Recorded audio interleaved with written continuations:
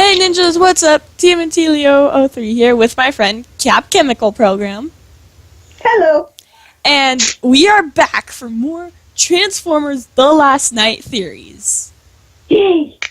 And there is a ton of new stuff since I did the last video. And I also realized it's a lot more fun doing it with friends. So, that is why Cap is here. Oh. So, let's get right into it. Our first theory is Quintessa. So, according to the wiki, the Quintessans are an ancient race of beings that, I guess, they're not related to Primus and Unicron, which are the two Transformers gods, in case you didn't know. But they kind of like, I guess they work with them in some instances. Because they are traitors and kind of pirates. They're more like anti-heroes. Yeah. Not exactly working for good, but not exactly working for evil. Yeah, kind of neutral, I guess you could say. But they do have a dark history, and they are jerks because they have many betrayals, apparently. And they are cowards, though.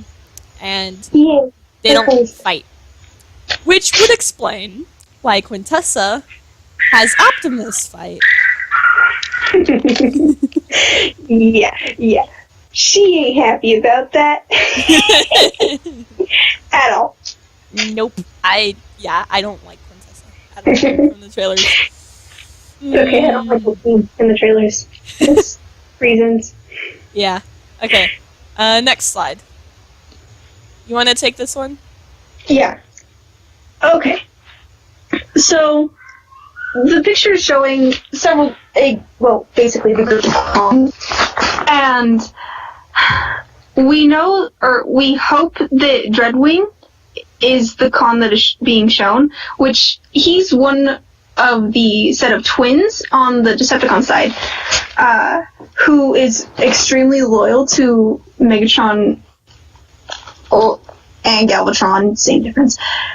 So, we know that in Transformers Prime, Dreadwing's twin, who I can't remember his name, dies because of Starscream, of course.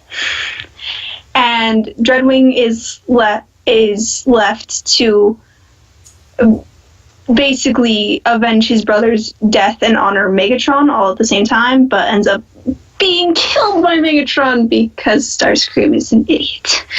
Don't ask unless you haven't seen it. Or unless you have seen it. Isn't his brother Thundercracker? No. No? Okay. It has something to do with wings as well. You know, similarity in names. Oh. Okay. So, next slide is the giant circle thing in the water that rises up from the water. We think it is the Omega Lock. I am so excited for this. Now, there's different versions of the Omega Lock, like in the Cybertron Robots in Disguise. It's this little kind of keyhole thing. That's not found in the water at all. Well, okay, it's found in the lost city of Atlantis. But supposedly, the Omega Lock here in the movie is the lost city of Atlantis. Which is going to be awesome. And according to other cartoons, the Omega Lock needs 4 cyber planet keys to work. Mm-hmm. And the Omega Lock activates Primus's power. Or, in this case, because Earth is Primus in this, we think, and Unicron is Cybertron. And in other cartoons, vice versa is true, where Earth is Unicron and Primus is Cybertron. Yeah. So, as you know, there's 4 keys. One of them is on Earth. Then there's one on the Speed Planet, one on the Jungle Planet, and there's another one. I can't remember what planet that is, because I haven't gotten that far in the show yet.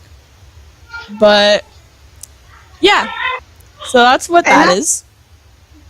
And adding something here, and that's in the show Cybertron. In Transformers Prime, the cyber keys the cyber, yeah, in the show they're called the cyber keys, are actually found in relics or in one case inside of a bot itself, but that's beside the point. Whatever Michael Bay does with this is going to be awesome.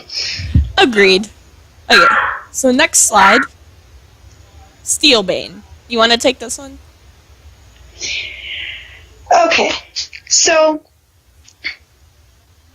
according to the Transformers database, Steelbane is, or could be, one of the knights that is in stasis when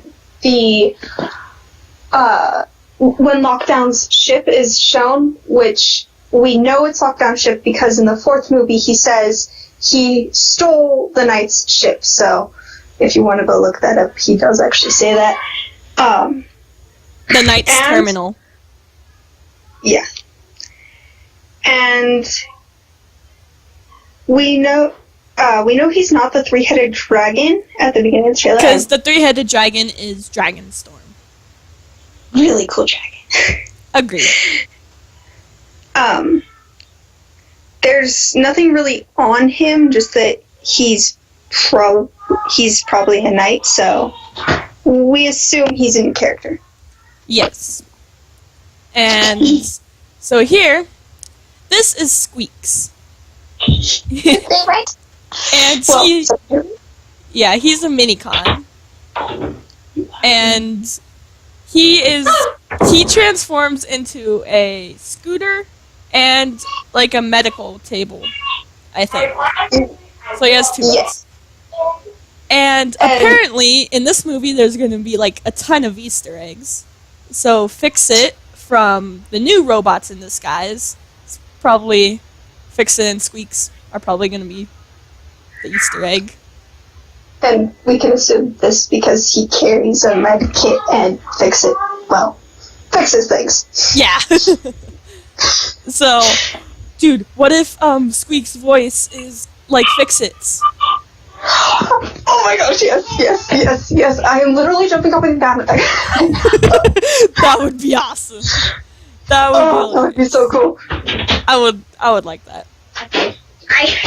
Sorry, no. Where's Caitlin? She's not in here. And yeah. And then Hound is probably going to be in the pneumatic. More on that later. She doesn't like it. No. So, next slide. Okay. So, like Steelbane, there's nothing really on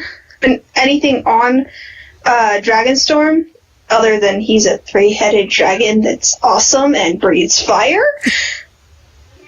But we know he's a toy, and Noel's didn't want it, but he is in several of the trailers, and we know that he appears somewhere in Scotland and in the past, so we can assume that that's connected to the history of Transformers being on Earth. Yep. Okay. And so, this is Scorn. He's the spiky Dinobot. The one that Crosshairs rides, I think. That he named Spike. Yeah.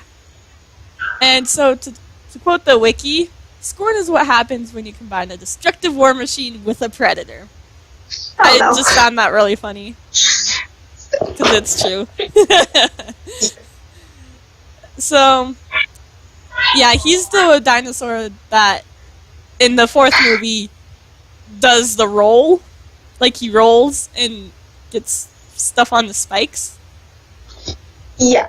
He also wraps, in the scene where Optimus goes face to face with Grimlock, he also wraps his tail around his neck because his tail is his arm, so we can see that it kind of gets in the way.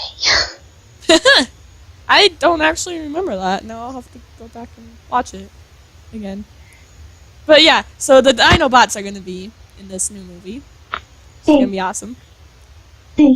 Okay, next one. Okay. You okay there? No. I'm a major history buff, and I love Bumblebee. So this is one of my favorite slides.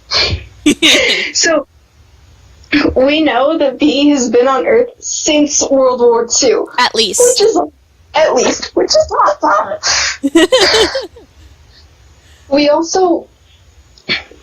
Since we know that Bumblebee's traditional role is the scout, we can presume that he was sent by Optimus to Earth to scout it out and see, maybe for relics, which could be a major thing in the movie plot, but yeah. Just makes me excited. And yeah, he's the one fighting the Nazis in the trailers, which I find hilarious. I find awesome! If only, right? That would solve all of my driving problems. Okay, so previously, if you watched my previous video, I thought this was Unicron's horn. But now it's probably Primus. If Primus has a horn. I can't remember. I need to look up more pictures of Primus. Can't remember if he has a horn or not. Or something. Part of Primus. Or maybe even part of a ship. But, I don't know. yeah. So more on this on the next slide. Which is now. Okay. Originally, we thought this was Cybertron, and after watching Prime for like the millionth time, we now believe that this could be Unicron, who is Cybertron, like we said in the previous slide. In the trailer, it asks if we know why they were coming to Earth, which brings to mind the connection between Earth and Cybertron. And recent theories suggest that this connection between Earth and Cybertron is because the Cybertron is actually Unicron. Now, as stated in the previous slide, it is speculated that Earth is Primus, so clearly Earth and Cybertron are more than meets the eye. Excuse the pun. So, yeah. And then, so some of the cast members, we are really happy that they're bringing back Simmons, Lennox, and Epps. They are some of my favorite humans. Yes, those are like my top 3 favorite humans. And I just watched the second movie on TV, and Lennox is awesome. Lennox, Epps, and Simmons. They're awesome in my opinion. Orange smoke. Yes, the orange smoke. We have watched those movies way too many times. Yeah. And I just thought of something, it'll be interesting to see, like, how, Joshua Joyce and Simmons work out. Like, if you get what I mean. Agree. How they interact. Yes, agree. I mean, when you think about it, they're kind of similar, yet at the same time, they're very different. Exactly. They both have an authoritative direction about them, but at the same time, Joshua Joyce is more of a careless leader. And also, at the beginning of the first movie, when I first watched it, when I first watched it, I was like 6 or 7. So, but at the beginning, I didn't really like Simmons, but after the movie, I did like him. And same thing goes with Joshua Joyce. I didn't really like him at the beginning, but now I kind of like him. So, we'll see how this works out. I agree. Yeah. And I'm just hoping Lennox is on the right side. Hope he's good. Yeah, that is kind of problematic. And I'll explain later. Yeah. Why. Okay, next slide. I don't want to do this one, but okay. So, this is Hot Rod. No, this is Barricade. Oh, Barricade. Wrong side. Oops. Wrong side. Went ahead of myself. Okay. apparently Barricade is in the movie, but we think he died in a different one, or in one of the previous, so... Well, actually, when did? I was rewatching the first one last night, I realized that B didn't actually kill him. Oh, fun. He was still alive. He was just, like, kind of dismembered, I think. Ooh, that's even better. So, that would make more sense why he comes back. Yeah. So, yeah. Okay. I'll do Hot Rod. Okay, good. So, according to this picture, he's Bumblebee's brother in arms. And he's brash, slightly arrogant, and he's a protector.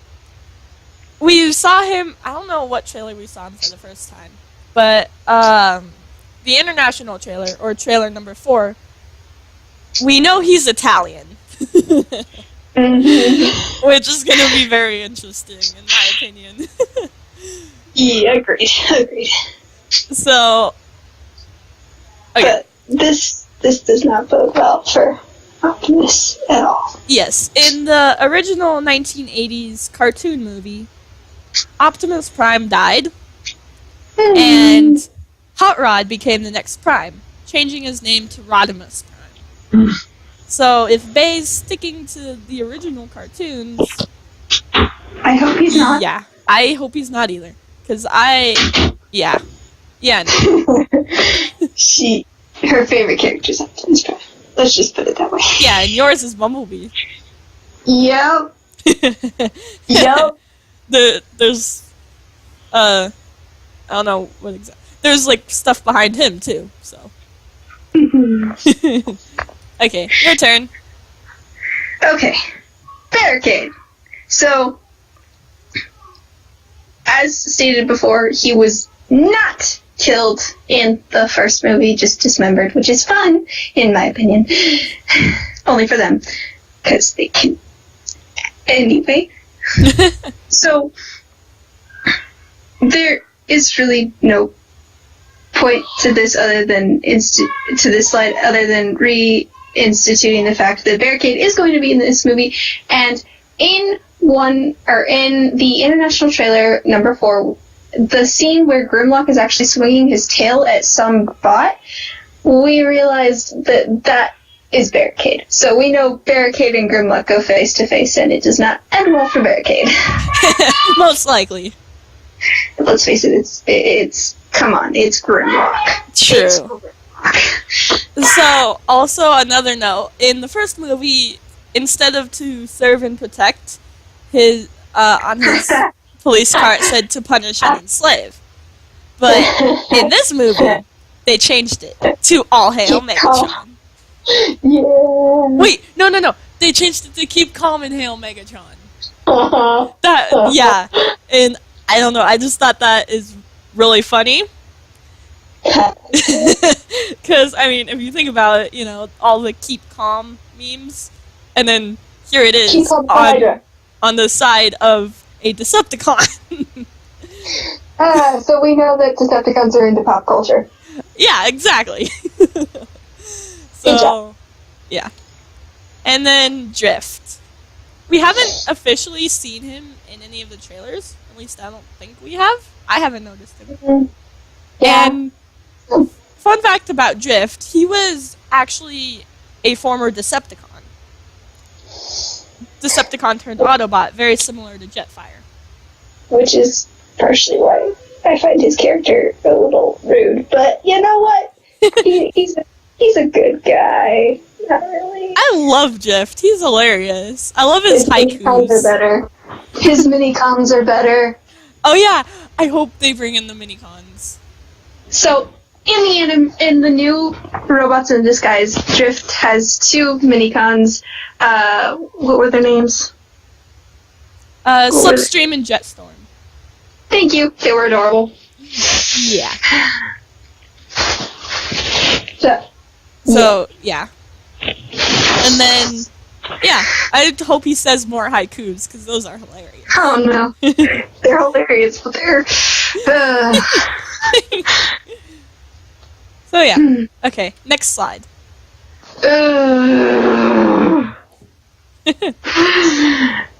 I don't like the idea of this slide. We see. Give me a second. Yes? So on the animated Guardians of the Galaxy, Star-Lord just gave Groot a gift, and it was a woodpecker. Oh, that's horrible. Anyway. So, on the slide, we see that Hound has the traditional red cross symbol on his forehead, which usually symbolizes something of medical terms, the Red Cross, and then on most ambulances it has a red cross, either a red cross or a either red or blue symbol, which is actually linked to Greek gods, but that's history, so you aren't listening to this for that. So I don't really like this, because in movie 4, we know that Hound is very trigger happy. very trigger happy. I mean, we see him in lockdown ship, and he's like, "Oh, that's ugly," and then it spits in his face, and he's like, "Now you have to die," and kills it. So I don't think he'd make a very good medic, in my opinion. To exactly quote him, "Oh, that's festering ugliness." No, I love his character. He is hilarious and makes very funny remarks. I just do not see him as the medical type. Ratchet is better. Yeah, I mean, I can't see him as the medical type either. If someone had to be the medical officer, I would have to say Drift. In all honesty. Drift or B. How about just one of the humans? Please, because they're all, in a way, trigger happy. Yeah. Oh yeah, Drift in that one scene where he's like, we must use the element of surprise. Let's not resort to violence, and then stab something. He's like, I kill you! Yeah. Okay, so changing topics to Isabella. Yes! My favorite theory so far is that she could possibly be Lennox's daughter. Okay.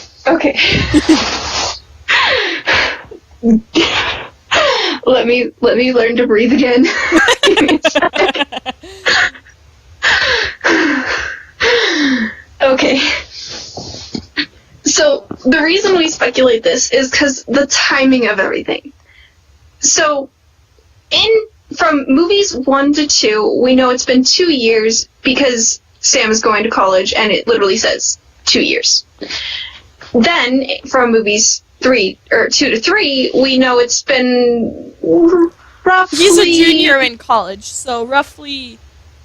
Or, junior in college, why did I say that? Junior in high school, so... In movie 1. In movie 1. So, college, that's 2 years. He's looking for a job, so roughly 4 years. So, that's about 6 years in between from movie 1 to movie 3 already. So, then, from movie 3 to 4, we know that it's been... How long did we say? 3 to 4. I think we said 3 years? Roughly, because we know that they have completed most of the reconstruction of Chicago, because they show Chicago in movie 4. Yep. And we know that the bots have been in hiding for a long time, and have been previously attacked several times. And that doesn't just happen within a 1-year span, especially with the government, the U.S. government. It takes a long time for an actual organization to come up and be certified. So that would take about 3 years, give or take, 3 to 4 years. So then, from movie 4 to the upcoming movie number 5, that's another... year, maybe? Year. or so. And that's about 11 to 15 years, give or take, depend on how long it actually has been. Give or take an eon. Yeah. So, in that time span, a child can grow up. And we know that in movie 1, Lennox has both a wife and a newborn daughter. We don't know the daughter's name because it doesn't say it at all. But, so we are assuming that and again, this is just theory, we think that Isabella could actually be Lennox's child. Yes, most people probably think the baby's name is Annabelle. Yeah, Annabelle. I've read that before. I don't know if that's the fandom name or if that's actually the child's name. That is why this is just a theory. Yes. And another evidence to wager this in our favor, it would also explain why Isabella is not afraid of going up and facing Megatron. And she isn't afraid of Canopy, the bot that she says covers her and her friends when the stalker, or the, walker machine stalker thing is about to attack them. So she's been around bots, or at least knows what they're like enough to not be afraid of them, which isn't typical of a normal child. So, once again, if she were a Lennox kid, she would have at least met the bots at one point or another in her childhood, and her father would have told her stories of it, which means she wouldn't have been afraid. Also, it helps explain the fact how she can fix Bumblebee's voice. Yay. Too serious. So we do know Bumblebee is getting his voice fixed, finally. To Siri. Well, first she trolls him, and then... It's okay, I would have too.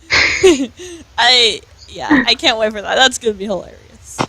I'm going to die in this movie. Oh yeah, and then the beanbag guy. Yeah. He's gonna be funny. He's Lucas's replacement. Yeah. He's gonna be funny. Okay. So, this is Crosshairs. We know he's in this movie. Well, partly Crosshairs anyway. More on him later too. But we know he's in this movie. We've seen him. But this is mainly about the TRF, or the Transformers Reaction Force. They are most likely the main human villains in this movie. Because in every other movie there's always, like, a main human villain. First movie, it was Sector 7. Second movie, it was the entire government. Third movie, it was the entire government. Fourth movie, it was the entire government. Second movie, it was Galloway. Let's just face it, the government's always in their way. Third movie, it was the government. Specifically Meering. Mm-hmm. Movie 4, it was the government. The government. Movie 5, it's the government. I hate humans.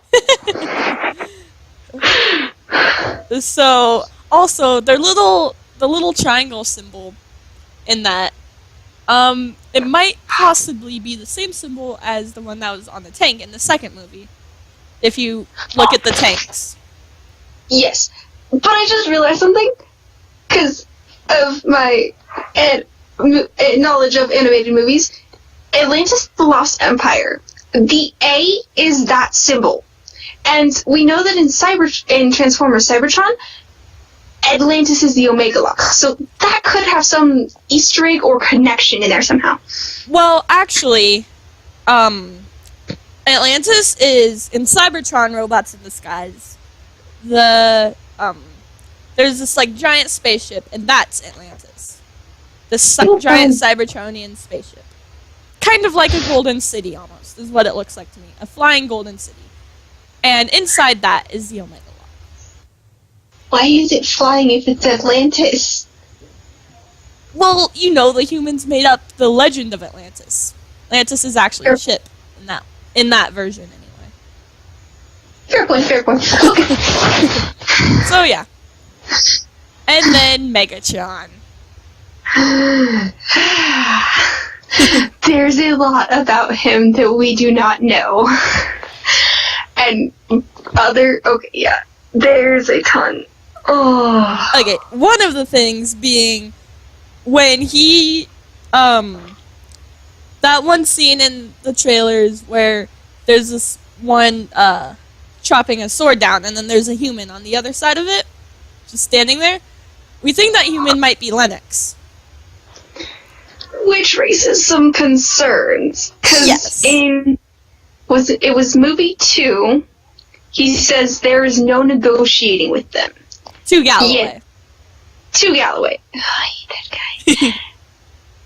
And if that was him, does that mean he was negotiating with Megatron, going against what he had previously said in movie 2? Yeah, the humans team up with Megatron to fight Optimus. Ugh. Part of me hopes they don't, because never trust Decepticons. There's no negotiating with them at all, ever. But at the same time, Megatron is their best defense against Prime. So, kind of. I mean, yeah.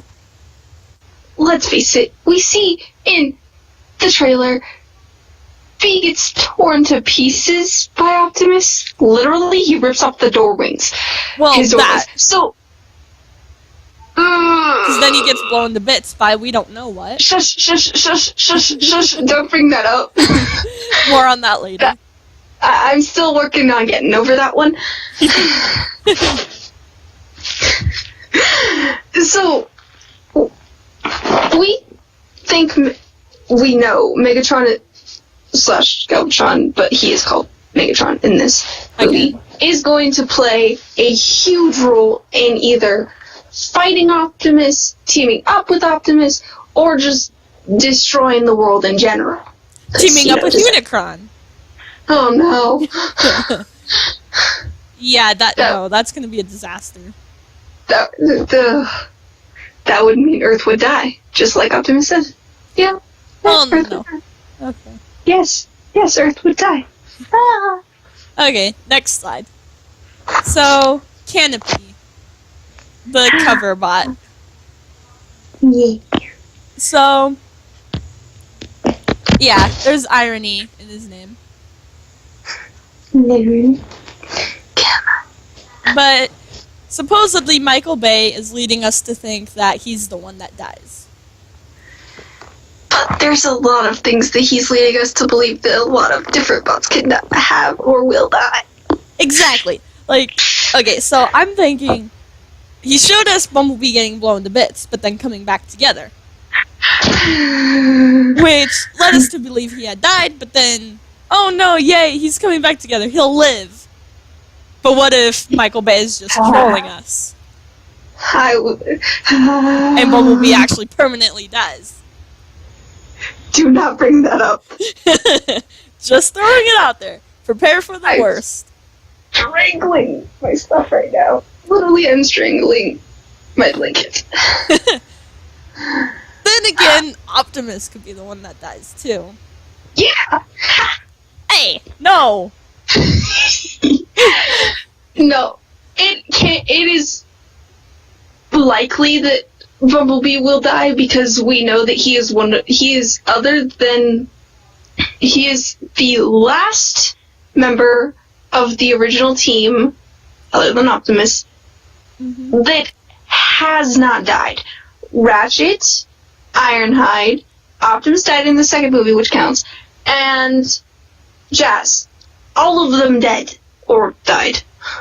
So we really don't know what Michael Bay is going to do with Bumblebee. We know that Michael Bay has highlighted Bumblebee in these movies and rather put Optimus as a secondary main character to Bumblebee, but Michael Bay does have a lot of tricks up his sleeve, so we have no idea. Explosions! Boom, Michael Bay. Definitely count on explosions, because, yeah. It's Michael Bay. Explosion in 3, 2, 1. So, yeah. I agree with that, too. Never know. Plus, Michael Bay claims this is his last movie he's directing. And there is a Bumblebee solo film after this movie. That has been confirmed. And the logo is out, too, so. We shall see. Next slide. Grimlock. Yes! So, another... Fire-breathing dragon. Or dinosaur, whatever. He's awesome. So, another Easter egg to the new robots in disguise is the Junkyard in Grimlock. He's a puppy dog. He is like a giant puppy dog. I love how Cade is just like, drop the cruiser now! Just like completely unafraid of him, even though Grimlock could squash him. Exactly. But in Grimlock's defense, he has been known for his lack of intelligence, so it wouldn't be that hard to train him. Ooh, we haven't heard. Face it. Okay, so Grimlock speaks in the cartoon, but we haven't heard him speak in the movie yet.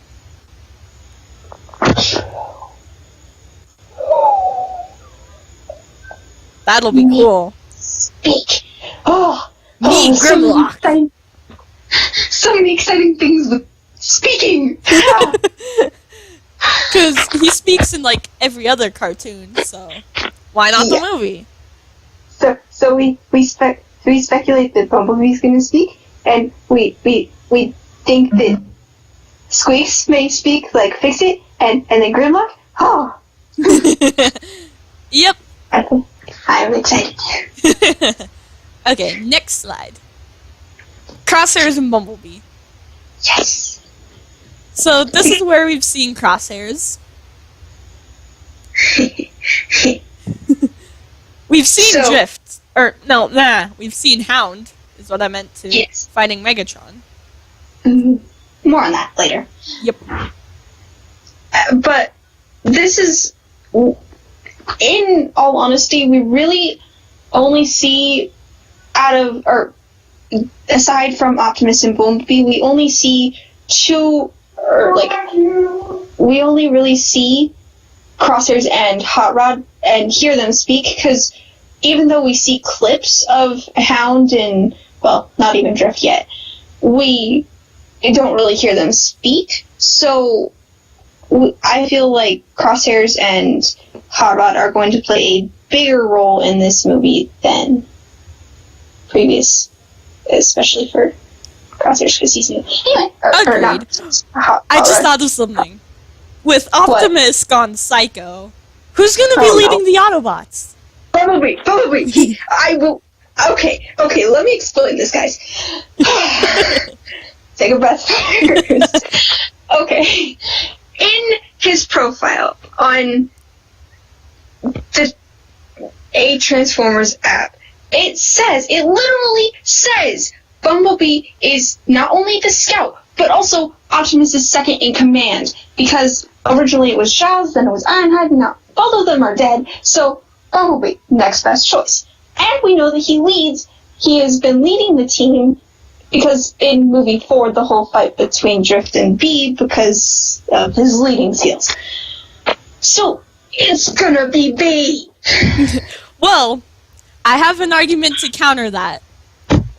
In Really? the trailer, where we hear Crosshairs actually say something for once, he says something like to Izzy, "Look here, Sunshine, I'm in charge of this outfit, so don't expect any bedtime stories." But, to counter that, he does say in movie 4 that he has been wanting to lead the team. So he could just be saying that, and that could be just his personality. True, but also, in movie 4, he's been saying he wants to lead the team, so... Yeah, I don't think he will. I think it's B, so... As much as I want B, I kind of have to say that it's gonna be Crosshairs. Or, here's another theory. What if it's no one? Oh, Jesus. It probably, you know what? That's actually a possibility, because without leaders, chaos reigns. Oh no.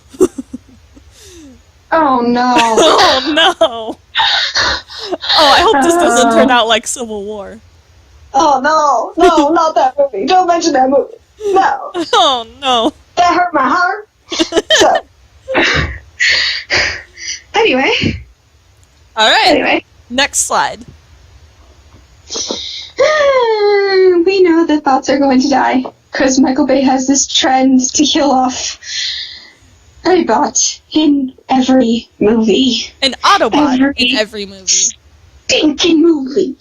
At least. So, I would, yeah. I would Cybertron first. I don't want the little children in my household to hear. Because then they'll start Cybertroning and cursing anyway.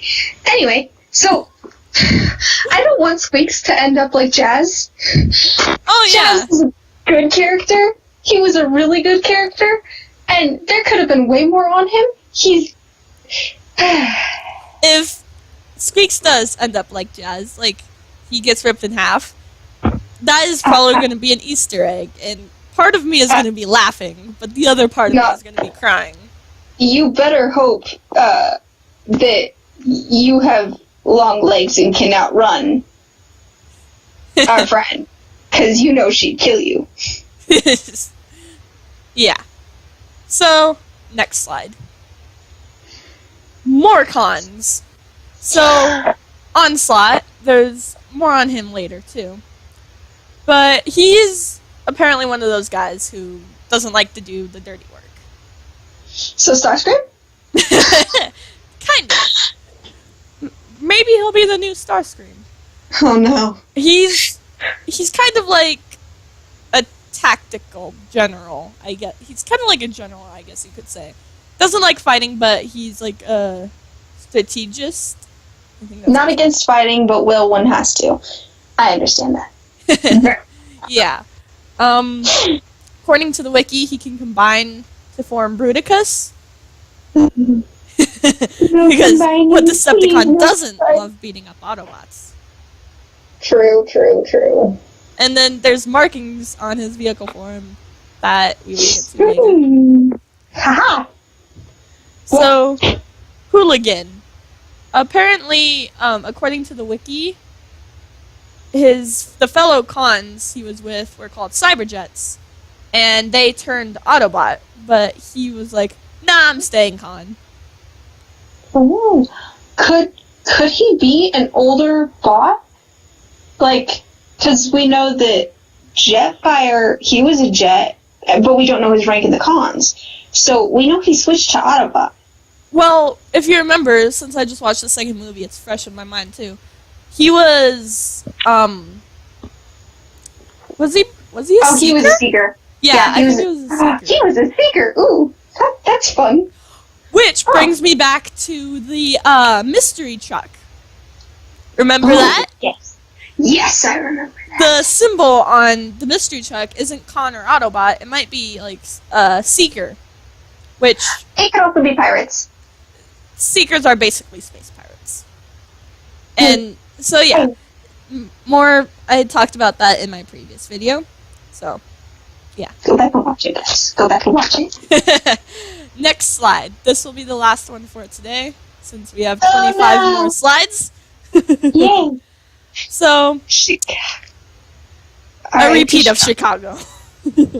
It's Tokyo! Well, it's Tokyo, but I see this as a repeat of Chicago. And we all know how that turned out. Okay. Of course it's going to be a repeat of Chicago. The entire world is going to be a repeat of Chicago, because there's the Omega, there's Unicron coming, there's a Prime gone evil, and a whole bunch of Decepticons. Yeah. The entire world is going to be destroyed if the Autobots don't do something fast. Agreed. Which is basically the plot of the movie. You're welcome. Yep. And then the bottom picture I found kind of funny. It looks like Megatron is sitting on a pile of cars. Which, now that I think about it, might be an Easter egg to the third movie when he sits on where Abraham Lincoln was sitting. Remember that? Yes, but I'm dying. So I'm guessing that is that Easter egg. Now that I think about it. Could be that an Easter egg, or he's taking a dump.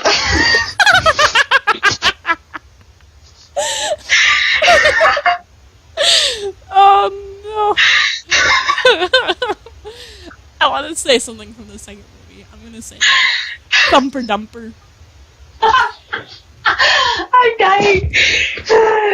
You are an amateur, a rank amateur.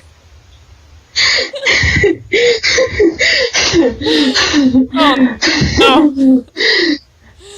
Great, now I'm not gonna get that out of my mind for the longest time. So, we have a whole list of nicknames and jokes about Megatron, so this is going on the list. Agreed.